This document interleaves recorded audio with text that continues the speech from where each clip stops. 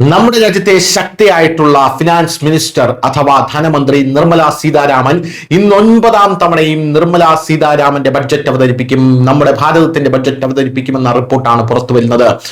ഇന്ന് 11 മണിയോടെയാണ് പാർലമെന്റിൽ ബഡ്ജറ്റ് അവതരിപ്പിക്കാൻ തുടങ്ങുക.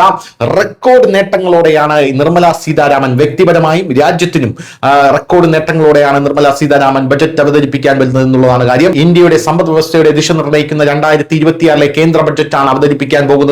തുടർച്ചയായി 9ാം തവണയും ബഡ്ജറ്റ് അവതരിപ്പിച്ചുകൊണ്ട് ധനമന്ത്രി നിർമ്മല സീതാരാമൻ ചരിത്രം സൃഷ്ടിക്കുകയാണ്.